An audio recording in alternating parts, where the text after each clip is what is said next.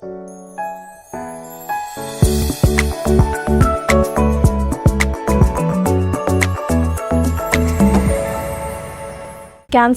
एक ऐसा शब्द जिसे सुनते ही रूह कांप जाती है, पर कई बार ऐसा होता है कि किसी बीमारी के बारे में हमें जानकारी कम होने से भी डर बना रहता है।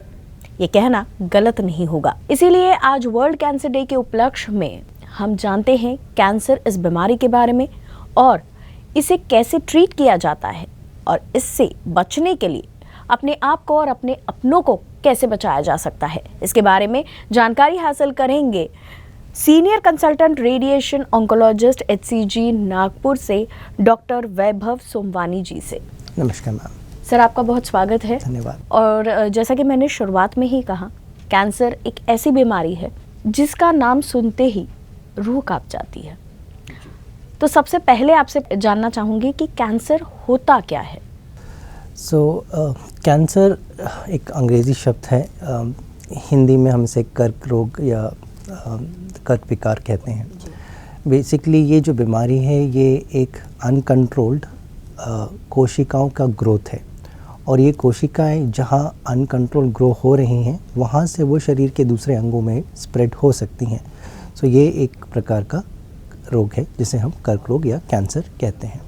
अभी आपने जैसे बताया कि कोशिकाएं अनकंट्रोल्ड है, पर ये क्यों होता है? मतलब अनकंट्रोल कैसे होती हैं ये कोशिकाएं?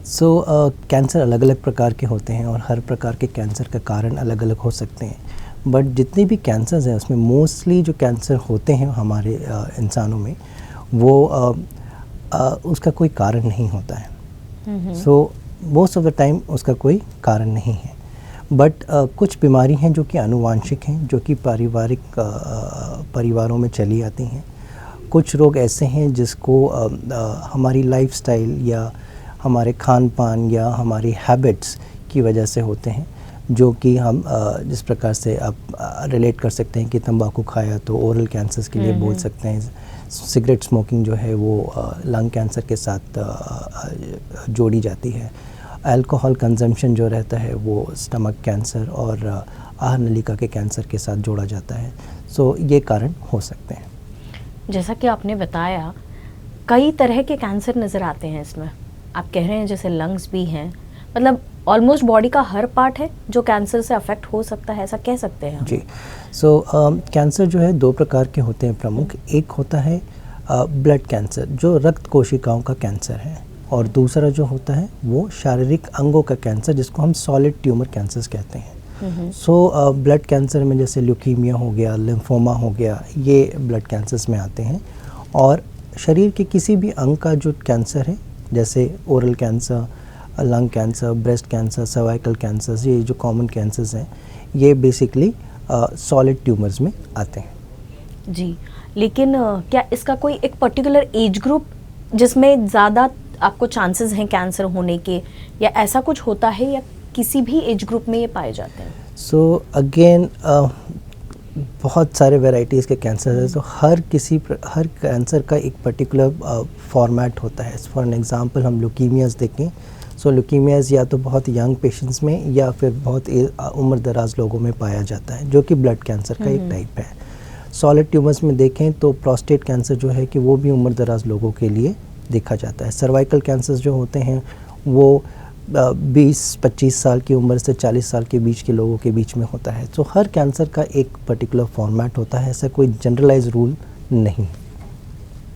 सर, अब जैसा आप कह रहे हैं कि जनरलाइज रूल नहीं है, तो देखा जा रहा है कि हर एज ग्रुप में किसी न किसी प्रकार का कैंसर हो सकता है। जी। ऐसे में मैं आपसे ये जानना चाहती हूँ कि रिस्क फैक्टर्स क्या होते हैं कैंसर के, और मतलब कारण। रिस्क फैक्टर्स जो है वो दो कैटेगरीज में हम डिवाइड करते हैं। एक है मॉडिफाइबल रिस्क फैक्टर, जिसका मतलब आप उनमें परिवर्तन ला के अपने कैंसर रिस्क को कम कर सकते हैं, और दूसरा होता है नॉन मॉडिफाइबल रिस्क फैक्टर्स जिसको आप मॉडिफाई नहीं कर सकते। मैं नॉन मॉडिफाइबल रिस्क फैक्टर्स के पहले बात करना चाहूँगा उम्र। उम्र ऐसा है कि आप उसको मॉडिफाई नहीं कर सकते। तो जैसे मैंने आपसे अभी डिस्कस किया कि अगर आप 60 साल के हैं, 70 साल के हैं, आप एक मेल पुरुष जो है वो प्रोस्टेट कैंसर के रिस्क में है, आप उसको मॉडिफाई नहीं कर सकते। दूसरा होता है सेक्स प्रेडिलेक्शन। सो कुछ कैंसर्स सेक्स मेल पेशेंट्स में ज़्यादा पाए जाते हैं, कुछ फीमेल्स में ज़्यादा पाए जाते हैं, आप उसको मॉडिफाई नहीं कर सकते। फिर तीसरा जेनेटिक प्रॉब्लम, किसी जेनेटिक आनुवांशिक कारणवश जो कैंसर होते हैं उसको आप मॉडिफाई नहीं कर सकते क्योंकि वो आपके जीन्स में है। दूसरा इम्यूनो कॉम्प्रोमाइज स्टेट, जहाँ आपकी इम्यूनिटी उतनी स्ट्रांग नहीं है कि इस प्रकार की बीमारियों से लड़ा जा सकता है। फॉर एग्जांपल HIV अगर आपको है तो आप एक सर्टेन प्रकार के कैंसर्स के लिए रिस्क पे हैं, पर आप उसको मॉडिफाई नहीं कर सकते बिकॉज आप ऑलरेडी HIV से ग्रसित हैं। तो ये हो गए सारे नॉन मॉडिफाइबल जिसको आप मॉडिफाई नहीं कर सकते।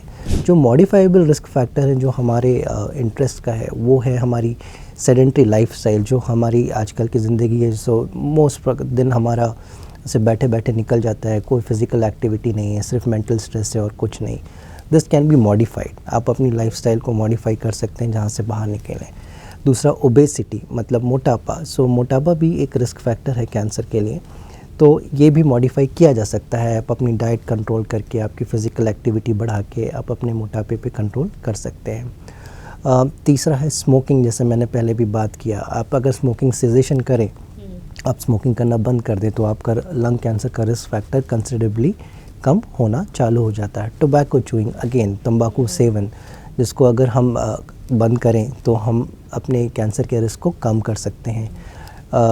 इसके अलावा बेसिकली खान पान, सो रेड फाइबर मीट, जो लाल मांस होता है, अगर आप उसका सेवन कम करें तो जो कोलोनिक कैंसर्स हैं उसके चांसेस आपके कम हो सकते हैं। तो ये सारे मॉडिफाइबल रिस्क फैक्टर्स हैं जो कि हम एक्चुअली अपने जीवन में परिवर्तन करके अपना रिस्क फैक्टर जो है वो कम कर सकते हैं। बराबर। जैसे आपने कहा कि लाइफस्टाइल जो हमारा हो गया है सेडेंट्री, उससे वैसे भी कई सारी बीमारियां हैं कि जो बढ़ रही है इस लाइफस्टाइल की वजह से, तो क्या उन बीमारियों का भी कोई इफ़ेक्ट होता है इसमें? अगर हम बात कर रहे हैं वो है non communicable diseases. So basically blood pressure, sugar, hypertension, BP बढ़ जाना और कैंसर, ये नॉन कम्युनिकेबल डिजीज़ेस में आते हैं। इनका आपस में कोई संबंध तो नहीं है कि आप बोलें आप हाइपरटेंशन यानी आपको BP की रोग है और उसकी वजह से आप किसी कैंसर पर रिस्क है, ऐसा नहीं है जी। लेकिन आपसे जैसे अब थोड़ी देर पहले आपने कहा था कि कुछ कैंसर्स जो होते हैं वो जेनेटिक भी होते हैं जी, और कुछ होते हैं जो आपकी लाइफस्टाइल या अदर रीजंस की वजह से भी होते हैं। लेकिन ऐसा पॉसिबल है कि हम लोग कुछ चीज़ें अपनी लाइफस्टाइल में चेंजेस लाएं या कुछ चीज़ों को अवॉइड करें तो हम जेनेटिक या अदरवाइज नॉर्मली भी कोई कैंसर को अवॉइड कर सकते हैं, ऐसा पॉसिबल है क्या? नहीं मैम, ऐसा पॉसिबल नहीं है। सो जो लोग जेनेटिक प्रीडिस्पोज्ड हैं उनके लिए सिर्फ यही एक चीज़ पॉसिबल है कि आप अपनी बीमारी के रिस्क के बारे में अपनी जानकारी रखें और स्क्रीनिंग के माध्यम से उसके पहले कि आपको ये रोग हो, और या अगर ये रोग होना भी है तो आप इसको अर्ली स्टेजेस में पिकअप कर लें, सो आप बहुत हद तक अपने नुकसान को बचा सकते हैं। तो screening will be the answer for question. मतलब आपको कंटिन्यूस अपने सचेत रहना ज़रूरी है। जी बिल्कुल। सर, अभी आपने जैसे कहा था कि रेगुलरली आप अपने चेकअप्स कराएं या फिर कहीं पे भी आपको अगर थोड़ी भी शंका होती है तो स्क्रीनिंग कराना है, बट क्या आप गाइड कर सकते हैं कि स्क्रीनिंग करनी है तो उसके लिए मतलब क्या क्या अवेलेबल है, कौन से कैंसर्स के लिए हम लोग स्क्रीनिंग कराते रहें या किस तरीके से करना चाहिए? सो मैम, स्क्रीनिंग जो है एक कॉम्प्लिकेटेड टॉपिक है। हाउएवर मैं बहुत सिंपल शब्दों में बोलना चाहूँगा जो हमारे हिंदुस्तान में बहुत वैलिड है। सो ओरल कैंसर्स हमारे देश में बहुत कॉमन है। ओरल कैंसर एक ऐसा कैंसर है जो कि बहुत ही ईजिली स्क्रीनेबल है और मोस्ट ऑफ द टाइम आप अपने डेंटल सर्जन के पास गए हैं, ही कैन नोटिस कि कुछ तो गलत है आपके मुंह में, जिसके लिए आपको बायोप्सी या FNAC की ज़रूरत है। सो मेंटेन अगर हम गुड हाइजीन मेंटेन करते हैं और गुड प्रैक्टिस है जहां हम डेंटल सर्जन को रेगुलरली विजिट करते हैं अपने मुंह के हाइजीन के लिए, तो they can pick up most of the cancers जो कि मुंह में आते हैं। महिलाओं में होने वाला सर्वाइकल कैंसर बहुत ही ईज़िली पिकअप हो सकता है, जो कि साल 1.5 साल या 2 साल में चेकअप के दौरान पैप स्मीयर एक टेस्ट होता है जो कि महिलाओं में चेकअप के दौरान किया जा सकता है, नॉर्मल रूटीन चेकअप के दौरान। ऐसा कोई तो स्पेशली इसमें कोई एज ग्रुप का ऐसा रहता है कि किन एज की लेडी ने राइट। इस कराना सो चाहिए? पैप स्मीयर जो है वो सेक्सुअली एक्टिव महिलाओं में उपयोग करने का प्रावधान है, क्योंकि ये एक वायरस के थ्रू होता है जो कि ह्यूमन पैपिलोमा वायरस है, जो कि सेक्सुअल कांटेक्ट के थ्रू स्प्रेड होता है। और सो जितने भी सेक्सुअल एक्टिव महिलाएं हैं उस एज ग्रुप में पैप स्मीयर कराना क्या कहते हैं, एक प्रकार से स्क्रीनिंग हो सकता है सर्वाइकल कैंसर के लिए। पुरुषों में उम्र दराज जो पुरुष हैं जिनमें प्रोस्टेट कैंसर बहुत कॉमन है, एक simple prostate specific antigen blood test है, उसके माध्यम से आप स्क्रीन कर सकते हैं कि किसी पेशेंट को प्रोस्टेट कैंसर होने के चांसेस या रिस्क हैं या नहीं है। सिमिलरली हमारे देश में तो ये वैलिड नहीं है आज की तारीख में, बट फ्यूचर में डेफिनेटली जहाँ लंग कैंसर की screening low dose CT scan के तो माध्यम से कर सकते हैं। जो पुरुष स्मोकिंग करते हैं, जिनको लंबे समय से खांसी है, ऐसे लोगों को आप low dose CT scan offer कर सकते हैं, जहाँ पर लंग कैंसर जैसी घातक बीमारी अर्ली स्टेजेस में पिकअप की जा सकती है। जिन लोगों में, जिन परिवारों में संडास का रास्ते का कैंसर या कोलोनिक कैंसर आनुवांशिक है, जिनके परिवारों में देखा जाता है, तो वो सालाना या साल के 2 साल में कोलोनोस्कोपी जैसे एक सिंपल टेस्ट के माध्यम से इस बीमारी को अर्ली में पिकअप कर सकते हैं। महिलाओं में ब्रेस्ट कैंसर जो है, जो कि बहुत कॉमन हो चला है आजकल के देश में, उसको सिंपल एक मेमोग्राफी, एक टेस्ट के माध्यम से आप ब्रेस्ट कैंसर पहले पिकअप कर सकते हैं बनिस्बत इसके कि जब वो बहुत एडवांस हो जाए, क्योंकि जितनी जल्दी हम पिकअप करें इन बीमारियों को, उतनी जल्दी और उतना कम इलाज से इनको ठीक किया जा सकता है। हमारे देश की समस्या यही है कि 100 में से 90% लोग 4th स्टेज में हमारे पास आते हैं इलाज के लिए। 10% ही होते हैं जो कि पहले, दूसरे या तीसरे स्टेज में हमारे पास आते हैं। और इसी वजह से हम देखते हैं कि हमको लगता ये है कि नहीं, हर कोई कैंसर में जो ग्रसित है वो ठीक नहीं होगा। कारण इसलिए है क्योंकि हम सब जितने हैं, जितने देशवासी हैं, वो सब जब हॉस्पिटल पहुंचते हैं तब तक देर हो चुकी होती है। क्या आपको लगता है कि नेग्लिजेंस एक रीज़न है इसके लिए? सबसे बड़ा रीज़न नेग्लिजेंस है।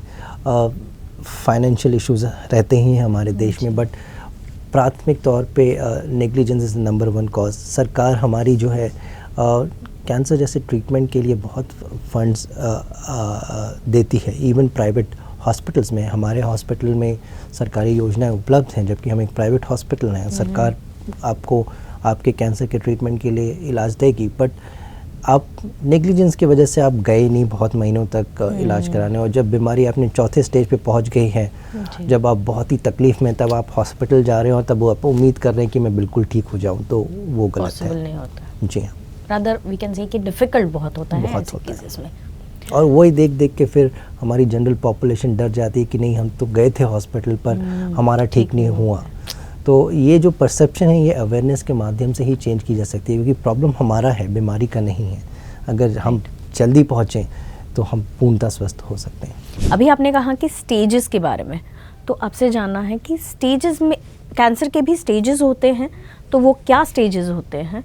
और दूसरा ऐसे कि लक्षण, क्योंकि आपने जैसे कहा कि स्क्रीनिंग करते रहना है, तो लक्षण क्या होते हैं कैंसर के? कैसे पता चल सकता है किसी को कि मैं रिस्क में हूँ या फिर मुझे कैंसर की शुरुआत है या ऐसा कुछ? जी, सो स्टेजिंग जो है, साधारणतः मैंने जैसे शुरुआत में कहा था कि 2 प्रकार के कैंसर होते हैं, एक ब्लड कैंसर है और एक सॉलिड ट्यूमर कैंसर है। तो जो हम स्टेजिंग की बात करते हैं, तो मोस्टली ये सॉलिड ट्यूमर यानी अंगों के कैंसर के लिए यूज़ किया जाता है। स्टेजिंग जो रहती है वो डॉक्टर जब पेशेंट को एग्ज़ामिन करता है, प्लस कोई भी जो अपने टेस्ट लिखता है, CT scan, MRI, PET scan, chest x-ray, ultrasound, इन सब की इंफॉर्मेशन के माध्यम से जो हम बीमारी की स्टेजिंग करते हैं, जिसमें ट्यूमर कितना बड़ा है, कि कहाँ किस गठानों में फैला हुआ है, गठानों के अलावा शरीर के दूसरे अंग में फैला हुआ है, इसको क्लब करके हम एक इन्फॉर्मेशन निकालते हैं जिसको हम स्टेजिंग कहते हैं। अभी स्टेजिंग इसलिए ज़रूरी है क्योंकि आजकल जो सारा ट्रीटमेंट है इस स्टेज के ऊपर ही डिपेंड करता है, और हर पर्टिकुलर स्टेज का एक पर्टिकुलर डायरेक्शन होता है ट्रीटमेंट का, जिसको फॉलो करना निहायत ही ज़रूरी है। हाउएवर हम हर पेशेंट के आधार पर इसको थोड़ा बहुत मॉडिफाई कर सकते हैं, बट एक जो ब्रॉड ट्रीटमेंट गाइडलाइंस जो रहती हैं वो फिक्स रहती हैं स्टेज के आधार पर। तो इसलिए बिना स्टेजिंग के कोई भी ट्रीटमेंट स्टार्ट करना सुरक्षित नहीं है। आपका जो दूसरा सवाल है कि सिम्टम्स क्या हैं, सो सिम्टम्स बहुत वेग होते हैं कई बार, और ये तभी आते हैं जबकि यूजुअली बीमारी थोड़ी ज़्यादा बढ़ जाए। अगर सुपरफिशियल बीमारी है, मतलब हमारे को जो ऊपर से दिख सकता है, तो वो आप उसको नोटिस कर सकते हैं, बट शरीर के अंदर के जो सिम्टम्स हैं यूजुअली थोड़ा समय के बाद आते हैं। बट मोस्ट कॉमनली जो सिम्टम्स रहते हैं वो loss of weight, loss of appetite, मतलब आपका वज़न कम हो रहा है जो कि आप एक्सप्लेन नहीं कर पा रहे हैं क्यों कम हो रहा है। आप खाना पीना अच्छा खा रहे हैं, आप नॉर्मली रह रहे हैं जैसे आप पहले रहते थे, पर आप रियलाइज़ कर रहे हैं कि आपका वज़न लॉस हो रहा है। सो साधारणतः 10% आपका अगर वज़न लॉस 6 महीने के अंदर हुआ है बिना किसी कारण के, तो ये गंभीर विषय है जिसके लिए आपको आगे अपने डॉक्टर के पास जाके चेकअप कराना ज़रूरी है, क्योंकि और भी कारण हैं जिसकी वजह से आपके वज़न लॉस हो सकते हैं। बट कैंसर में 10% वज़न लॉस 6 महीने के ऊपर एक ऐसी अलार्मिंग चीज़ है जिसे देखना ज़रूरी है। आपकी एपेटाइट कम हो सकती है क्योंकि आपको फीलिंग नहीं है कि आप खाना चाहते हैं। फिर कोई भी लंप, गठान बेसिकली आप नोटिस कर सकते हैं। हो सकता है मुंह में कोई छाला हो जो कि बहुत समय से भर नहीं रहा हो, गले में आपकी गठानें हों जो कि धीरे धीरे बढ़ रही हों, क्या कहते हैं, ब्रेस्ट में आपने कोई ट्यूमर नोटिस किया हो जो कि धीरे धीरे बढ़ रहा हो, खाने पीने में आपको दिक्कत आ रही है, आप ठीक से निगल नहीं पा रहे हैं, अनएक्सप्लेन्ड ब्लीडिंग हो रही है या तो संडास के रास्ते से या मासिक धर्म के दौरान, सांस लेने में दिक्कत है, लंबे समय से कॉफ़ है, खांसी है, ये सारे लक्षण हैं जो कि कैंसर के हो सकते हैं। ज़रूरी नहीं है कैंसर अकेले के ही हों, बट कोई गंभीर रोग का लक्षण हो सकते हैं, और उसमें से एक गंभीर रोग जो है वो कैंसर है। मतलब ये है कि आपको अगर यूजुअली जो होते हैं चीज़ें उससे थोड़ा भी अलग अगर कुछ लगता है तो आपने तुरंत अपने डॉक्टर से कंसल्ट करना चाहिए और एक चेकअप एटलीस्ट कर लेना चाहिए। जी हाँ, यही कह सकते हैं हम इसके लिए। जी मैम, बिल्कुल।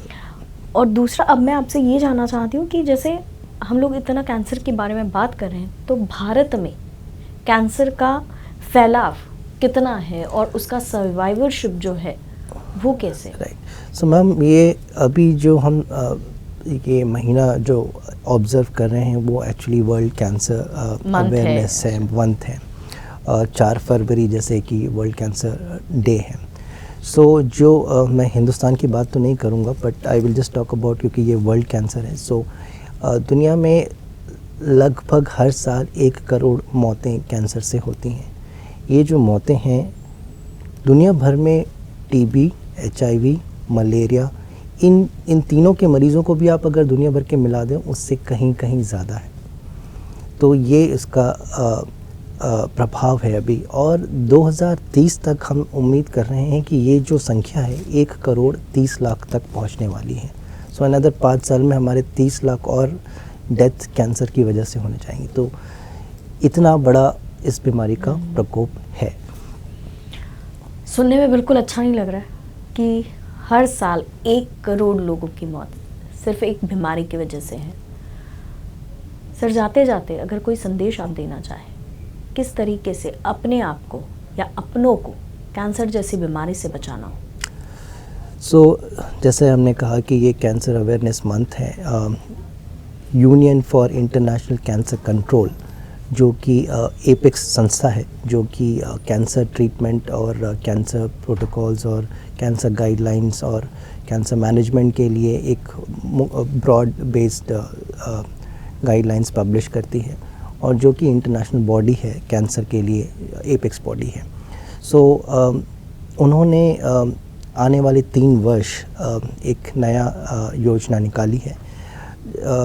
इस साल का जो थीम है उसमें से 3 साल के जो पैकेट में इस साल का ये है कि close the cancer care gap, मतलब जो कैंसर केयर में जो हमारी लैप्सेस हैं उसको कम करने के लिए हमें आगे काम करना है। नाउ इसका जो पहला है वो बहुत ज़रूरी है कि हमको अवेयरनेस फैलानी है कैंसर के विषय में। अब अवेयरनेस सिर्फ पब्लिक अवेयरनेस नहीं है, ये हमारी पॉलिटिकल अवेयरनेस भी है। मतलब आप आप देश के वासियों को भी आप अवेयर करेंगे, but at the same time आप हमारी जो गवर्नमेंट्स हैं उनको भी पुश करेंगे कि नहीं, ये देखिए ये प्रॉब्लम बहुत बड़ी है, इसको एड्रेस करना बहुत ज़रूरी है। और पहला पॉइंट ये है कि आपको उसके बारे में अवेयर होना ज़रूरी है कि ये है क्या एक्चुअली, क्योंकि जब हम इंफॉर्मेशन पास ऑन करते हैं, अवेयर करते हैं, तो जो हमारे मन में डर रहता है बीमारी को लेके, वो पहले एक ख़त्म होता है। आप उसको एक्सेप्ट करते हैं कि ये प्रॉब्लम है, इससे डरने की ज़रूरत नहीं है। दूसरा, इसके जब आप एक्सेप्ट करते हैं तो जो इससे जो मिथ्या हैं, जो कैंसर से संबंधित मिथ्ये हैं, जैसे मैंने कहा हर कैंसर एक यूनिक है, सो हर कैंसर जो हमारे देश में कॉमन है उसकी जो मिथ्या है उसको ख़त्म करने के लिए हमें काम करना होगा, क्योंकि जब हम मिथ्या ख़त्म करेंगे तभी मरीज़ या जो ग्रसित व्यक्ति है वो इससे डर से उभरेगा और फिर आगे के लिए सोचेगा। एक जो तीसरा एस्पेक्ट है, जब आप इसको आप डर को आप अपने एक तरफ कर पाएंगे तो आप आगे की सोच सकेंगे और इलाज के लिए आप आगे आएंगे और दूसरों को भी प्रमोट करेंगे कि देखिए डरने की ज़रूरत नहीं है, ये लाइलाज बीमारी नहीं है, अगर आप सही समय पे आएँ तो आप ठीक हो सकते हैं। ये जो हमने 1 करोड़ डेथ्स की बात करी है, एक्चुअली इसमें से 2/3 डेथ बचाई जा सकती हैं। 1/3 जो बीमारी हैं वो प्रिवेंटेबल है, मतलब जो हमने बातें करी हैं कि आप अपना रिस्क लाइफस्टाइल चेंज करिए, आप वैक्सीन लीजिए, आप हेल्दी खाइए, सो 1/3 मौतें तो सिर्फ इसी से रोकी जा सकती हैं, कुछ करने की ज़रूरत नहीं है। अगर आप अपने इस कैंसर के बारे में अवेयर हैं और जैसे हमने जिन लक्षणों के बारे में बात करी है और आप उन लक्षण को लेके आप अपने डॉक्टर के पास जल्दी जाते हैं, उसको इग्नोर नहीं करते हैं, सो 1/3 उनमें से अदर 1/3 लोगों को आप अर्ली कैंसर में पिकअप कर सकते हैं और उनका ट्रीटमेंट अगर सही समय पे हो जाए तो वो क्योर हो सकते हैं। तो जो मैंने बात करी 1 करोड़, उसमें से 2/3 लोग तो आप वैसे ही बचा सकते हैं जी, और ये अपने हाथ में है, सिर्फ अवेयरनेस से कि आप सचेत हैं कि ये प्रॉब्लम है और इस प्रॉब्लम के लिए हमें कुछ करना है और साथ में दूसरों के खड़े होना है। बहुत अच्छा संदेश आपने दिया है कि हमारे हाथ में अपनी सुरक्षा है। हम कुछ चीज़ों को लाइफस्टाइल के माध्यम से अगर चेंज करते हैं तो हम अपने आप को बचा सकते हैं। इतना अच्छा संदेश आपने दिया और इतनी अच्छी जानकारी, अवेयरनेस कि कैंसर क्योरेबल है, उससे डरने की ज़रूरत नहीं है, ये एक बहुत बड़ी बात है। हिम्मत कहीं ना कहीं आ जाती है इंसान में कैंसर जैसी बीमारी से लड़ने की। Sir, thank you so much, आप यहाँ आए और इतनी अच्छी जानकारी दी। मैं उम्मीद करती हूँ कि आज के इस कार्यक्रम के बाद हमारे जो दर्शक हैं वो ज़रूर अपनी लाइफस्टाइल में चेंज करेंगे और कैंसर जैसी बीमारी से अपने आप को और अपने अपनों को भी बचाने की कोशिश करेंगे। थैंक यू, बहुत बहुत धन्यवाद।